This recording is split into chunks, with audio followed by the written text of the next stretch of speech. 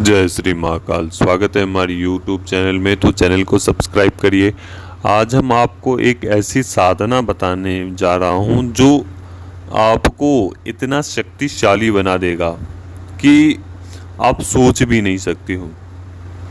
तो ये साधना है नगर खेरा देवता, जैसे ब्रह्मा हो गए, आपके स्थान देवता हो गए, आपके क्षेत्रपाल हो गए, आपके जो भी गांव के रक्षक होते हैं उनकी साधना है। कुछ लोग अपने स्थान पर ब्रह्म भी बोल सकते हैं, कुछ अपने स्थान पर राजा कुछ कह सकते हैं। तो इस प्रकार से बहुत ग्राम देवता के अलग अलग वो हैं। कभी कभार कई नगर खेड़ा क्षेत्र पाल के रक्षक में हनुमान जी भी आते हैं। कई बार अन्य शक्ति को भी दिया जाता है कि आप ग्राम की रक्षा के लिए उपस्थित रहें, लेकिन ग्राम की रक्षा के लिए खास करके ब्रह्म जो होते हैं आसपास के क्षेत्रों में, अक्सर उन्हीं को ही बनाया जाता है, क्योंकि ब्रह्म एक बहुत ही ताकतवर शक्ति है। जब मृत्यु होने पर, एक ब्राह्मण व्यक्ति की मृत्यु होने पर और अच्छे व्यक्ति होने पर, उसी को ही ब्रह्म की श्रेणी में लाकर दिया जाता है, लेकिन पर उसकी मुक्ति नहीं हो पाते ही है, किसी छोटी सी कारण के कारण, छोटी सी गलती के कारण। तो उन्हें ब्रह्म का स्थान दिया जाता है। तो ब्रह्म उसी को बनाया जाता है। जब वो ब्रह्म का निर्माण होता है, ब्रह्म स्थल का निर्माण होता है, तो वहाँ पे जितनी भी प्रकार की नकारात्मक शक्तियाँ हैं उस क्षेत्र की, वहाँ पर पानी भरते हैं। वहाँ आकर सबसे पहले उसी स्थान पर आएगा। उस क्षेत्र में जितने भी साधक हैं, व्यक्ति हैं, उनसे ही अनुमति पहले लेगा, फिर अपनी साधनाएं करेगा। अगर वो व्यक्ति, वो साधक या वो अच्छे या बुरे कर्म करने वाले व्यक्ति अगर उनसे साधनाएं नहीं, उनसे अनुमति नहीं लेगा, उन्हें बिना प्रसन्न किए वो कोई भी साधना करेगा, क्रिया करेगा, प्रयोग करेगा, तो वो कोई भी प्रयोग सफल नहीं होने वाले हैं। क्योंकि अगर किसी घर के अंदर कोई व्यक्ति को चारों तरफ से घेर दिया गया है, तो उसे खोलने के लिए भी होना चाहिए ना। चारों तरफ से उनके रक्षक होते हैं, ब्रह्म के रक्षक होते हैं, जो जितने दूर में उनका क्षेत्र होता है उनके आसपास रक्षक होते हैं। वो अपने ब्रह्म रक्षक छोड़कर रखता है ग्रामवासियों के नाम से। और जब वो रक्षक पूरे तरीके से फैले होते हैं, तो ना आपकी शक्ति बाहर जाएगी, ना आने वाली शक्ति वो अंदर प्रवेश करेगी, क्योंकि वहां पे रक्षक है। तो इस प्रकार की शक्तियां हैं ये। तो उनकी साधनाएं किस प्रकार से करनी है? अगर आप उस स्थान पर जा सकते हैं जहाँ पे आपके नगर खेरा हो, नगर देवता हो या रक्षक हो, वहाँ पे आप रात्रि में साधना कर सकते हैं, तो वहाँ पे भी कर सकते हैं।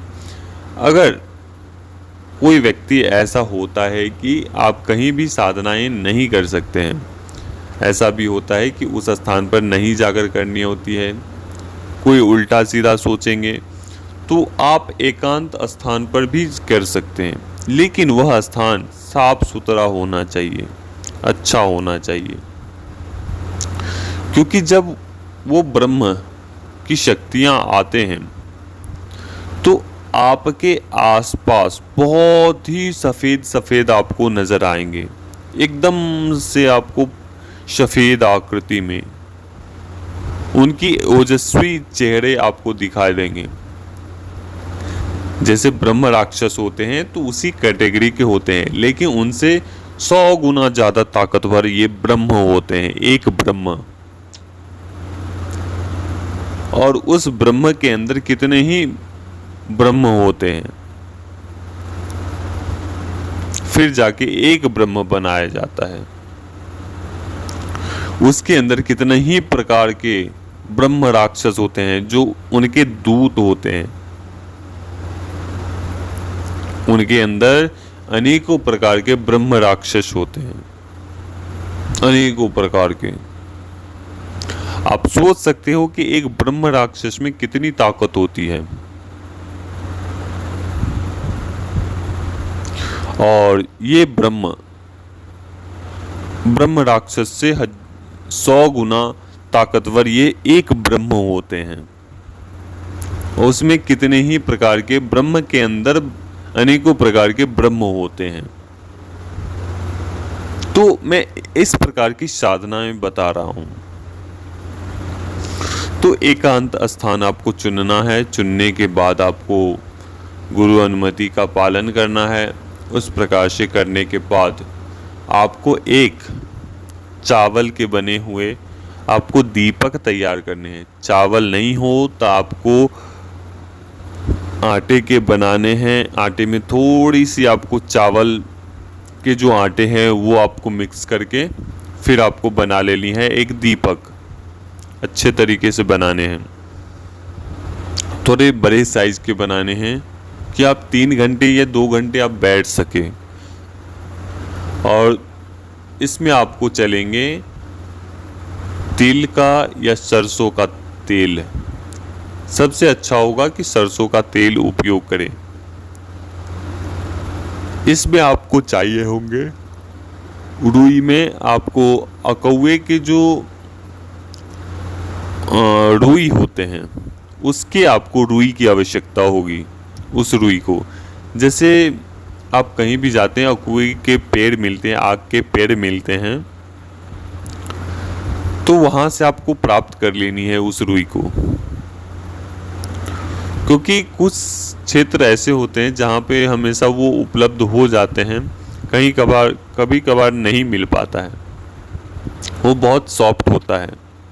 तो करने क्या है कि उस स्थान से वो लेने हैं और लेने के बाद आपको दीपक तैयार करना है। उसे आपको एक सफ़ेद चावल के ऊपर उसे प्रतिष्ठित करना है। उन्हें धूप अगरबत्ती दिखाकर उस दीपक को अपनी तरफ, उसका जो मुख होना चाहिए वो अपनी तरफ होना चाहिए, आपके तरफ होना चाहिए। वहाँ पे धूप अगरबत्ती आदि देकर थोड़ी सी पुष्प वगैरह रखकर दीपक के सामने उन्हें ध्यान करते हुए आह्वान करना है कि मैं आपकी साधना कर रहा हूँ, आप आइए, हमारी जो भी साधनाएं हैं वो पूर्ण करिए। और जो मैं जन कल्याण का उद्देश्य लेकर आया हूँ वो जन कल्याण का उद्देश्य मेरा पूर्ण करिए। तो इस प्रकार कहते हुए आप साधना आरंभ करिए। और आरंभ करने के बाद आपको भोग में आपको चलेंगे, इसमें चावल से बनाई हुई कोई भी वस्तु चल सकते हैं। जो अरबे चावल होना चाहिए, अरवा चावल, बिना बॉईल किए हुए चावल होना चाहिए। जैसे आप खीर वगैरह बनाकर ले जा सकते हो, दूध से बनी हुई। तो जितना सफ़ेद चीज़ों का उपयोग करें उतना अच्छा है। इसमें आपको सफ़ेद वस्त्र धारण करने, सफ़ेद आसन उपयोग करने हैं। अगर संभव हो तो सफ़ेद तिलक लगाएं, गोपी चंदन आता है उस चंदन का प्रयोग करें।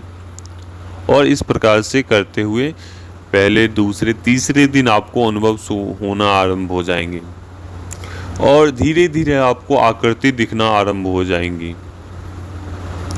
लेकिन आपको वो आपसे बात नहीं करेंगे, पहले, दूसरे, तीसरे दिन बात नहीं करेंगे। लेकिन जब समय धीरे धीरे निकलता जाएगा उस प्रकार से आपसे वो संबंध बनाने की कोशिश करेंगे, आपसे बात करने की कोशिश करेंगे। तो आपको बात नहीं करने हैं जब तक कि वो अपना भोग ना मांगे। वो बोलेंगे कि ये भोग दे दे बच्चे, ये भोग मुझे दे दे, अगर तू नहीं देगा तो मैं तुम्हें मार दूंगा, ये करूंगा वो करूंगा, क्यों बुलाया है हमें? अगर तुम नहीं दोगे तो हम वो बहुत सारे आकृतियां भी आपको दिखाएंगे, बहुत सारे बड़े बड़े जानवर को लाकर आपके सामने में रख देंगे। तो आपको घबराना नहीं है, डरना नहीं है, साधना को करते कंटिन्यू जाना है और घबराना नहीं है। तो अभी तक के लिए अनुमति दिया जाए। जय श्री महाकाल, जय महाकाली, जय मां मशानी।